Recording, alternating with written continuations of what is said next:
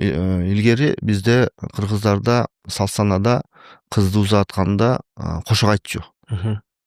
Ошол кошок айтуу дагы деле ошол Баян өлкөдөгү биздин туугандарда бар экен. Кыз узатканда кошок айтуу. Экинчиси мына өзүңөр байкасаңыздар, Кыргызстанда кушту кармоо, бүркүттү кармоо маданияты жок боло баштады да. Мына Кытайдагы кыргыз туугандарыбызды карасаңар деле тим эле бир 200-300 бүркүтчүнү көрөсүң фестивалдарында. Кече күнү ушул сентябрь айында дагы мен Баян өлкөгө бардым, бүркүт фестивалга.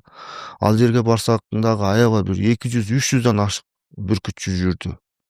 Бизде ошол бүркүттү кароо, ошо бүркүттү үйрөтүү ушундай салтыбыз калып баратат да.